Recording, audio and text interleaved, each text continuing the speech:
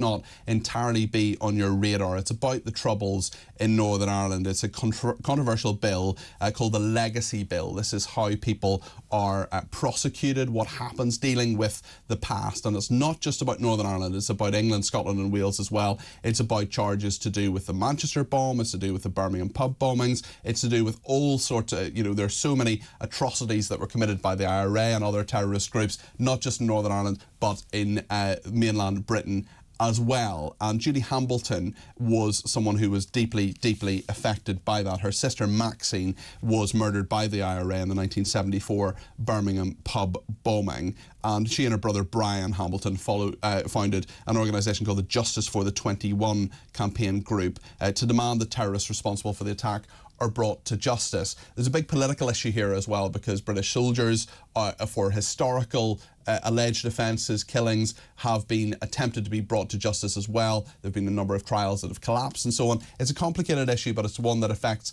every single person in the UK. It's a matter of justice, I think, and a lot of people feeling that justice won't be done. Julie, I'm delighted, is joining me this morning. Good morning, Julie. Good morning, Peter. Thank you for inviting me on and to highlight this outrageous act. Why is it outrageous? Just tell us your story and tell us your thoughts on this, because I think there'll be a lot of people saying, well, the Troubles were a long time ago, how can we move on from this? But for you, I would imagine, thinking about Maxine this morning, it's every day for you, and it's every day for so many people who are not just victims, families, but injured people who are living with the injuries that were sustained during the Troubles. Loyalist paramilitaries, IRA paramilitaries, the state did things they shouldn't have done as well, at times as well. Just talk us through this, Julie. Well, just to respond to those who say things like, it's a long time ago, move on. Would you say that to Holocaust victims? Would you say that to the Hillsborough families? I mean, it's actually an assault on the memory of our loved ones. Someone I have the highest regard and respect for said to me just yesterday, the passing of this legacy bill is one of the darkest days in the history of Parliament. Britain has prided itself in claiming its justice system is the finest in the world. This week, by blocking victims' families to access to the courts, has reverted us back to the dark ages. Now, our loved ones who were slain in cold blood have never, ever been considered as being part of the legacy conflict. But now this government is virtually ordering us, thousands of families, to get in line. This is actually an act of betrayal that we and thousands, in fact, I don't know of any family or any survivor will ever engage in. We, our families, the Birmingham pub bombing families, demand now that the Home Secretary establishes a Section 1 inquiry under the Inquiries Act of 2005 that will give us an independent judge-led platform and will allow us effective participation and will guarantee no cover by way of the government's interference. This was actually offered by Boris Johnson on the eve of his election victory and the other political leaders. This is also staunchly supported by Mr. Andy Street, the West Midlands Mayor.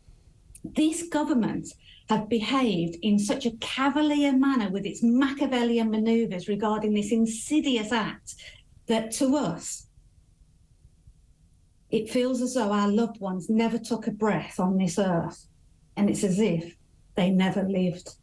There are far more people against this bill than there are for it. It's only the Conservative politicians. And I would hazard a guess that many of the Conservatives who voted for this yesterday didn't even know what they were voting for. Why do you think they did vote for it? Those who knew what they were voting for, why do you think they did vote for it? Do you think this issue of prosecuting soldiers, some of those soldier prosecutions have fallen apart? There have been all sorts of issues in regard to that. That's front and centre, isn't it? And it's much more about that than it is about people like you, Julie. It's not a laughing matter. I'm laughing out of disgust. It has nothing to do with soldiers. The soldiers are being used as scapegoats. It's as simple as that. This is also successive governments can quite literally hide and bury their dirty, toxic past of collusion and complicity. This obscene act has no support from any of those who are most deserving, our families, thousands of others. The Act offends the UK's obligation to human rights for all victims of the conflict. It is dangerous, it is pernicious and vicious legislation that serves no victim or survivor.